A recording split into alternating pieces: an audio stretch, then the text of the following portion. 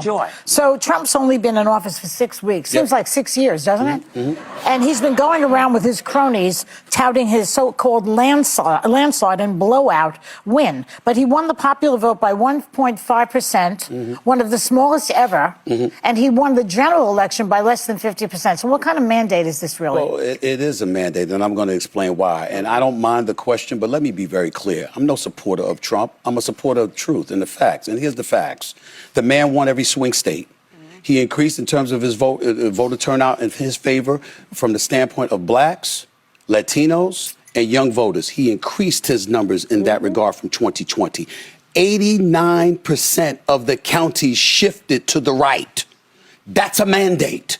We can sit up there and play around all we want to. In 2020, Trump didn't win the popular vote. He didn't win the electoral college vote. A matter of fact, the Republicans hadn't won the popular vote, if I remember correctly, since 2004.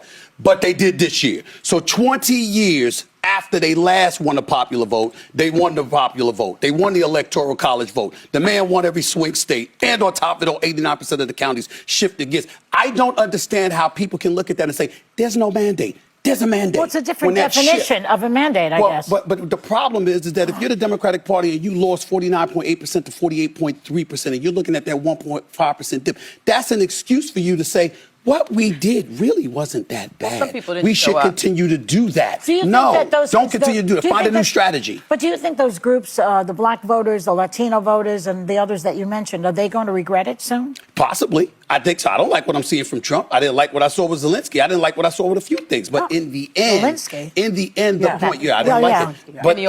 But in the end, what it comes down to is this. The American people, in their eyes, it wasn't about him. They were voting against what the Democrats were throwing in their direction. I don't only talk to Cuomo. I did interview Eric Adams. I did interview Minority Leader Hakeem Jeffries. I interviewed these people. I've talked to them. And I'm going to talk to some more of them, too. And I'm going to say the same message. What are you doing to win? I love Wes Moore, the governor of Maryland. I love Johnson Kerr of Pennsylvania, okay? I just interviewed Cuomo. I like him a lot.